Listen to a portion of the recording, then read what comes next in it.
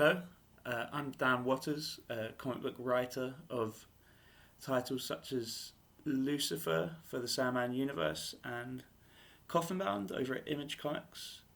And I'm here today because I've been asked by Tara to recommend a book for New to You Comic Book Day, which is a hashtag started by Matt Rosenberg, recommending books that are not new, because there are no new books in the stores right now, but there are old books in the stores, and oldish books and newish books, and basically 100 years worth of comic storytelling that your store most probably has in stock, even though they don't have your weekly comics, and they could use your help to pick up some of these books.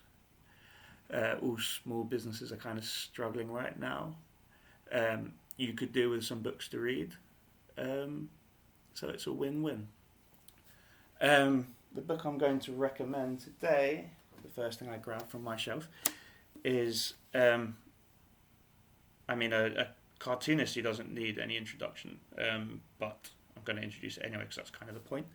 It's Will Eisner's New York Life in the Big City, which is a collection of 4 shorter graphic novels, all centered around New York, that Eisner made, I believe, between the beginning of the 80s and the beginning of the 90s.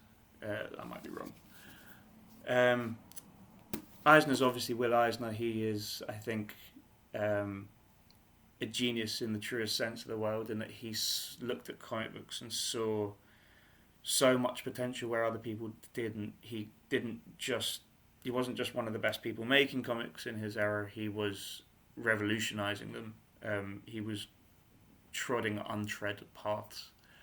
And I think this book, it's not like people don't talk about it, but it tends to be mentioned third in the breath. If you talk about Eisner, it's generally The Spirit, Contract with God, and then the New York books. And I think, not to dampen on any of the other books, but that gives this slightly short shrift. I think it's an absolutely magnificent piece.